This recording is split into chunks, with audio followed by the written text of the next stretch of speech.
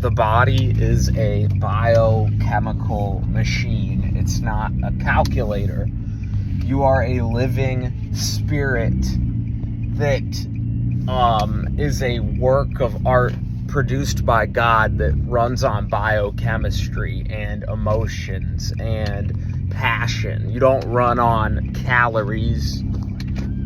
You're not a calculator. It's not just like, oh, if I put the right amount of protein, fat, and carbs in, then equals muscle grow.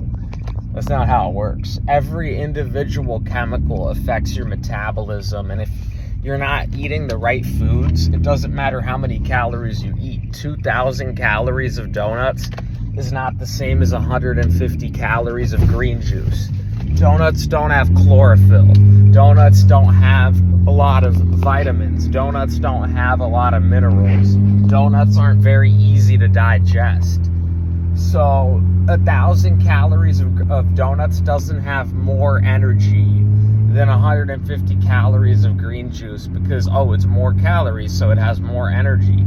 And it's probably not going to help you gain weight more than 150 calories of green juice. It might help you gain fat. It might help you gain waste, but it's not going to help you gain solid muscle and bone structure. Okay? And a lot of people are underweight and they wonder why they struggle to gain weight. A lot of times it's not because your calories are too low. That's the same cookie cutter myth that every fitness trainer says. It could be because of your gut health that you're not gaining weight. It could be because you're deficient in a certain micronutrient like magnesium, zinc, potassium, sodium, vitamin K. You could be deficient in cannabinoids. You could be deficient in opiates. You could be deficient in neurochemistry. Any individual chemical being off can affect the whole balance of your biochemistry. And most people don't know how biochemistry works. And there's always more to learn. Some people think they know how it works because they went to school. But not everything that we know has been discovered by science yet. There's always more to uncover. And it's hard to even do research on certain things because cannabis is federally illegal.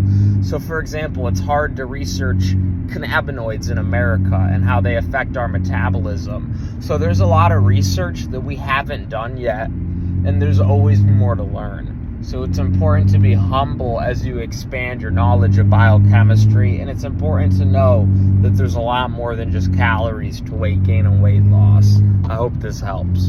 Even the way that the food is grown affects, it could be the same exact food, but if it's grown in better soil, it might have more minerals in it.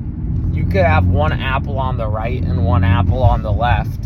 And one apple might be grown in pristine soil.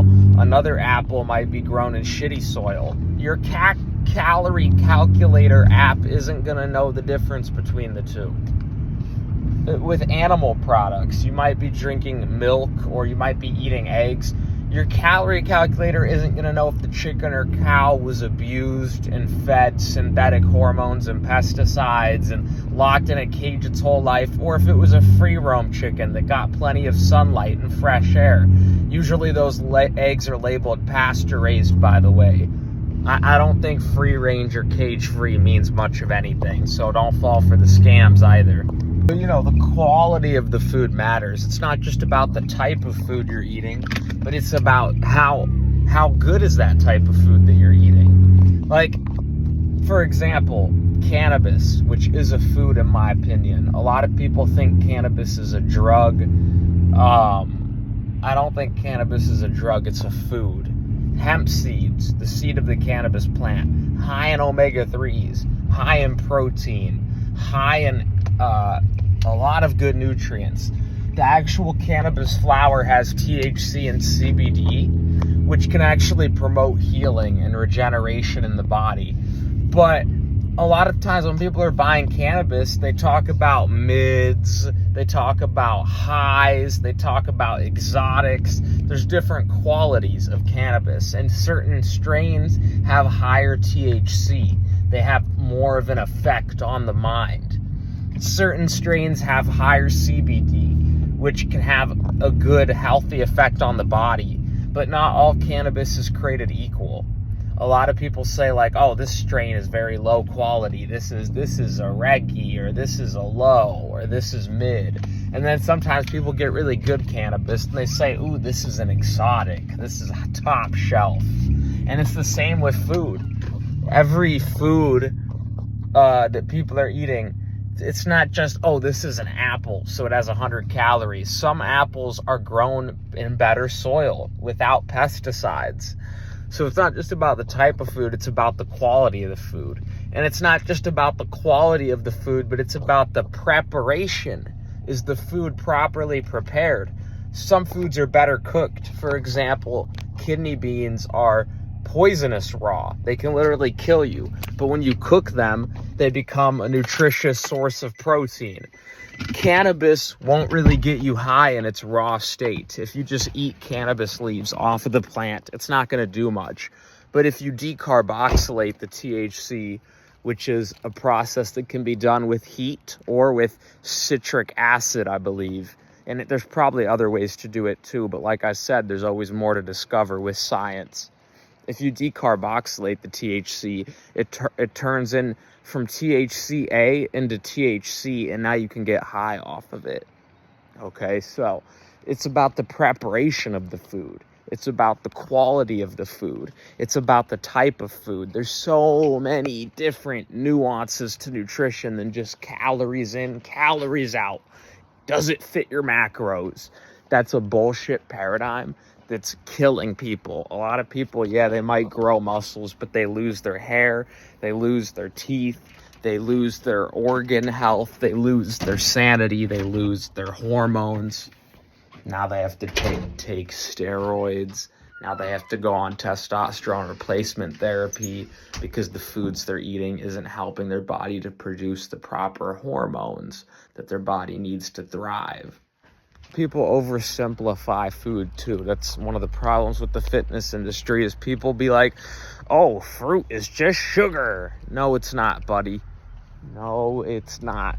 Fruit is a living food that comes from a living plant, and it has minerals, vitamins, amino acids, which are the building blocks of protein. Believe it or not, fruit is actually a good source of protein because it comes with the other micronutrients required, such as vitamin C, to actually utilize the protein.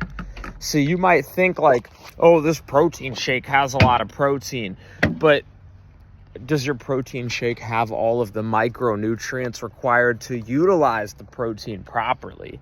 And a lot of people think like, oh, fruit is just sugar. It's not. It has vitamins, minerals, proteins, fatty acids, and avocado has a lot of fat in it. Durian, another type of fruit, has a lot of fat in it. So there's a lot more to fruit than just, oh, it's just sugar. Same thing with any other food, like eggs, for example. Some people think the eggs are just, I'm trying to put this gas cap on my car right now, don't mind me. Some people think eggs are just protein. Like, oh, eggs are just protein. It's a good protein source. There's so much more to eggs than just protein. So much more. There's so much more to eggs than just protein. Eggs have vitamin K in them, in the yolk. That's why a lot of people throw out the egg yolk, because they think, oh, the egg yolk is just fat. The egg white is where all the protein is.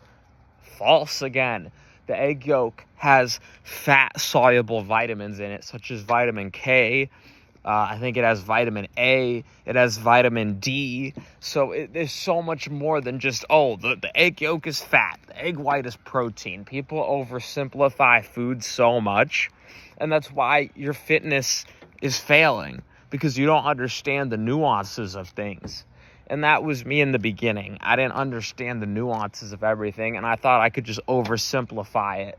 As long as I count my calories, I'm good. As long as I eat whole foods, I'm good.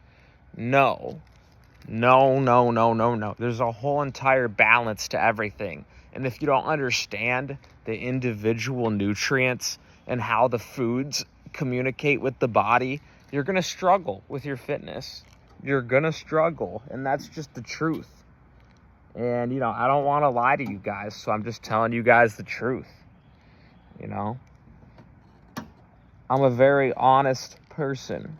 I would never lie just for, you know, I don't lie. I'm an honest person. So I'm telling you guys the truth that most of these fitness influencers simply aren't willing to tell you. You know what I'm saying? So do what you will with it. You know, I try telling people the truth all the time. And a lot of times, unfortunately, trying to put the right, I don't know if I have the right one here or not. Trying to find the right one to put on. Let's see if I can find. You're good.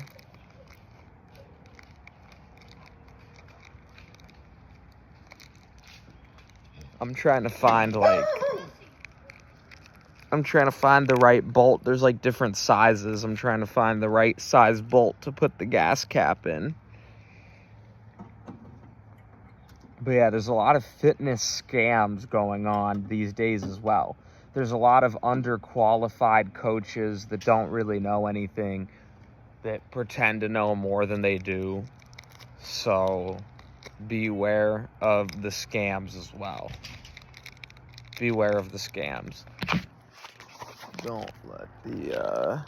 Don't let the people scam you, because what happens a lot of times is like someone might be selling a course for like $3,000, but it might not be like the right information. A lot of fitness coaches these days have insanely high price points for what they do. And yet, even though they have these insanely high price points, they don't actually do anything. It's just like a scam. A lot of these fitness coaches, they don't know anything.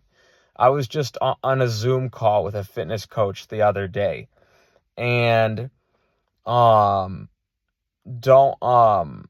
not trying to insult anyone or anything like that, so don't think anything negative of what I'm saying. It just is what it is.